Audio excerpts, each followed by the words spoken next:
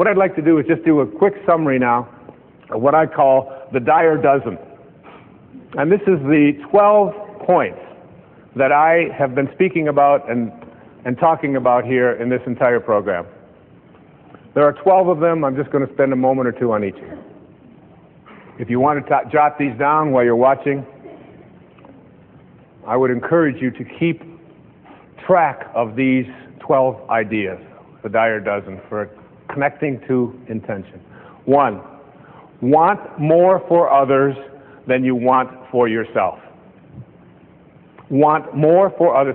Whatever it is that you perceive to be missing, whatever health problems that you may have, whatever addictions you're struggling with, whatever lack of love that you have in your life, whatever lack of peace that you have with your aunts and your uncles or your parents or your in-laws, want the peace that you seek for yourself more for them. Want it more for them. That is how we create this level of consciousness. Secondly, think from the end. Begin to see yourself surrounded by the people and the events and the things that you would like to have. Only see yourself. You're having a problem with an addiction, see yourself as addiction-free. See yourself, if there's a car that you want. My son was perfect at this, Sam. I mean, he's just so good at this. Because there's a certain car that he wanted. It's yellow. And he didn't just bug me about it every day, which they all do. And all kids will do that. But he saw himself. He got a picture of it. He put it on his computer. It's the background of his computer, this yellow whatever it is. All right? I call it the school bus. I told him I was going to put cab fares on the side of it, but that's what he wanted. Huh? And then he saw him, and then he went down and he drove it. And it was a used car, and he got on the internet, and he just saw himself in it. And he couldn't not see himself in it. You know, we call this just persistence and being a pain in the rear end oftentimes, but it's not that at all. What it is young people have this instant knowing and awareness that I can create what I want for myself in my life, and the way that I do it is I act as if it's already here.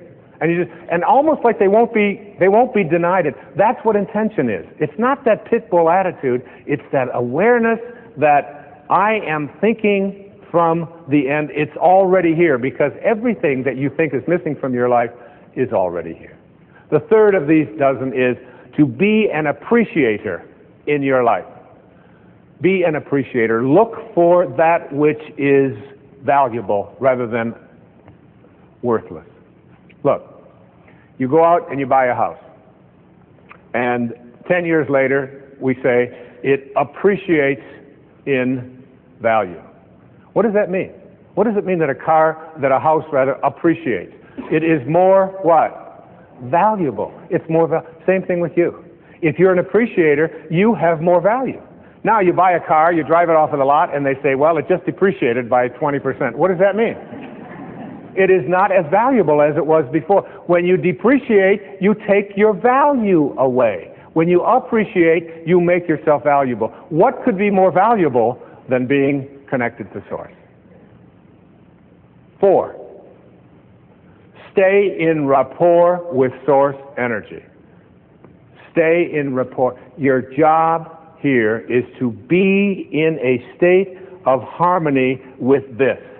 Constantly reminding yourself, is this how my Source thinks? 5, resistance. Understand this about resistance. Every thought that you have that is other than that which you emanated from is resistance. Every unkind thought, every uncreative thought, every thought of judgment, every thought of fear, every thought of depression, every thought of it can't happen, all resistance. So if you say, well, easy for him, he can talk about this, but I can't, that's resistance. You're right, absolutely. Even if you think all of this is a bunch of nonsense, you're absolutely right. You're absolutely, because for you, that's what you believe. And if you believe that, the universal Source will help you to fulfill that belief. 6th is what I talked about many times in the program. Contemplate yourself as surrounded by the conditions which you want to produce. Contemplate yourself that, because the way you are one with Source. You are always one with Source. You are one with all of its principles, all of those phases. You are one with it. It can't be anything other than it is. Neither can you. 7, understand the art of allowing. Allowing means taking the path of least resistance. Every time you have a thought that has resistance in it, what you have done is you have created an absence of allowing. You have to almost think like, here I am here, and here's source. How much energy can I pull from it? How much energy can I pull from it? Are you pulling energy from source, or are you away from it? Allowing. Allow yourself. 8, practice radical humility. You are not this body that you are in. You are not this mind that you are in. You are not any of the possessions that you have. You are a divine source. 9, be in a constant state of gratitude. Be grateful for everything that shows up. Everything. Stay in a state of being generous and grateful in your life. Because what could be more generous than that which has allowed you to come from the infinite source to this material world and back? 10, keep in mind that you can never resolve a problem by condemning it. Any problem that you have, when you use shame, you are using the lowest energy that's out there in the universe. You cannot shame your way into higher consciousness, into source energy. 11, play the match game. Play the match game. Always ask yourself, am I matched up with the field of intention? And finally, meditate. Make it a practice in your life. Meditation is essential because it is your way of staying connected to source. What is the only thing in the universe that can't be divided? You cannot divide God. Everything else has an up, down, north, south, east, west, male, female, right, wrong, black, white, alive, dead. Everything comes in dichotomies except for silence. Silence, you cut it in half, what do you get? More silence. Cut it in half again, more silence. Cut source in half, just more source. You can't divide it. Meditation. Stay in the gap. I'd like to close out this program on the power of intention with a story that was sent to me by my dear friend, Ellen. It's called Attitude.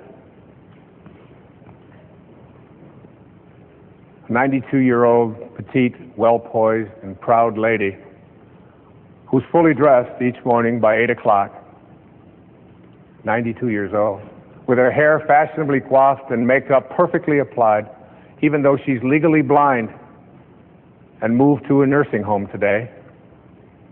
Her husband of 70 years recently passed away, making the move necessary. After many hours of waiting patiently in the lobby of this nursing home, she smiled sweetly when she told her room was now ready. As she maneuvered her walker to the elevator, I provided a visual description of her tiny room, including the eyelet sheets that had been hung on the window. "I love it," she stated, with the enthusiasm of an 8-year-old, having just been presented with a new puppy. "But Mrs. Jones, you haven't even seen the room yet. Just wait." "That doesn't have anything to do with it," she said. "Happiness is something you decide on ahead of time. Whether I like my room or not doesn't depend on how the furniture is arranged. It's how I arrange my mind." When you change the way you look at things, even if you're legally blind, the things you look at change. God bless you, and thank you.